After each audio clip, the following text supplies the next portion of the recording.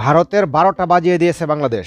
যুদ্ধ করতে হলে ৩ দিক থেকে শক্তিশালী অবস্থান তৈরি করতে হবে, স্থলপথ, আকাশপথ এবং নদীপথ। তার পাশাপাশি দরকার শক্তিশালী দেশের সঙ্গে সামরিক জোট গঠন। যেমন পাকিস্তান এবং চীনের সঙ্গে বাংলাদেশের শক্তিশালী সামরিক জোট গঠিত হচ্ছে। তুলনামূলকভাবে ভারতের চেয়ে বাংলাদেশ বহু গুণ পিছিয়ে রয়েছে, কিন্তু তারপরও ভারতের ১২টা বাজিয়ে দিয়েছে।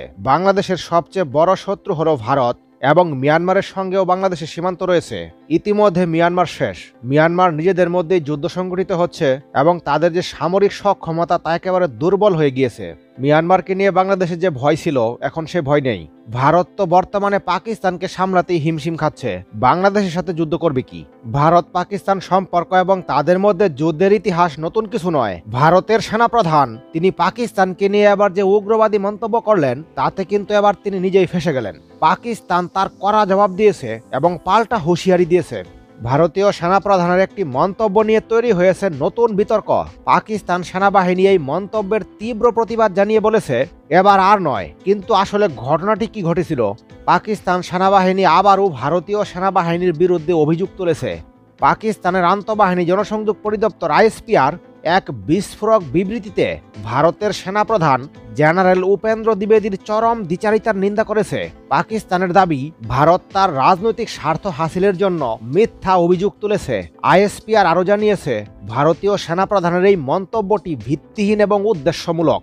এটা নতুন কিছু নয়। ভারতীয় সেনাপ্রধান যাচ্ছে তাই বলে যাচ্ছে, মুখ দিয়ে বেফাঁস মন্তব্য করে বসছে। ভারতের সেনাপ্রধানকে পাকিস্তানের সেনাপ্রধান এবার ধমক দিয়েছে।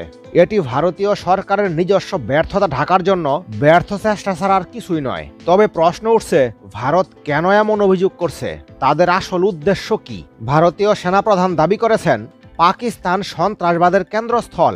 তিনি বলেন, অবৈধভাবে অধিকৃত জম্মু ও কাশ্মীরের সহিংসতা পাকিস্তান থেকে পরিচালিত হচ্ছে। আরও চমকপ্রদ দাবি করে তিনি জানান, গত বছর নিহত সন্ত্রাসীদের ৭০% নাকি পাকিস্তানি বংশোদ্ভূত ছিল। এদিকে পাকিস্তান সেনাবাহিনী ভারতের এসব মন্তব্যকে মিথ্যা দাবি করে বলে যাচ্ছে, ভারতীয় সেনাপ্রধান নিজের দেশের ব্যর্থতা ঢাকতেই এমন মন্তব্য করেছেন। পাকিস্তান আরও বলেছে, এই মন্তব্য কেবল মিথ্যাই নয়, বরং ভারত কাশ্মীরে চলমান দমন পীড়নের এই দৃষ্টি সরানোর চেষ্টা করা হচ্ছে।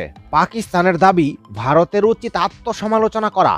কাশ্মীরের নিরীহ মানুষদের উপর দমন পীড়ন চালিয়ে তাদের আত্মনিয়ন্ত্রণের অধিকারকে সমর্থন করা যাবে না। পাকিস্তানের আইএসপিআর ভারতের সেনাপ্রধানের এই বক্তব্য প্রত্যাখ্যান করেছে এবং এক বিবৃতিতে বলেছে, অধিকৃত জম্মু ও কাশ্মীর একটি আন্তর্জাতিকভাবে স্বীকৃত বিতর্কিত অঞ্চল। এর চূড়ান্ত মর্যাদা নির্ধারিত হবে জাতিসংঘের নিরাপত্তা পরিষদের প্রস্তাব এবং কাশ্মীরি জনগণের ইচ্ছার ভিত্তিতে।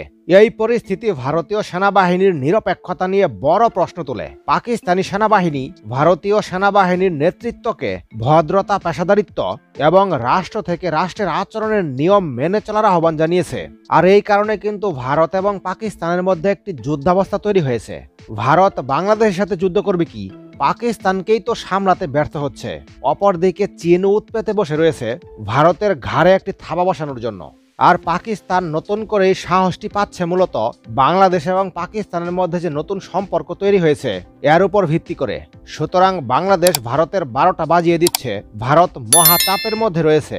এ ব্যাপারে জানিয়ে দিন আপনাদের মূল্যবান মতামত। পরবর্তী নতুন ভিডিও সবার আগে পেতে চ্যানেলটি সাবস্ক্রাইব করে রাখুন।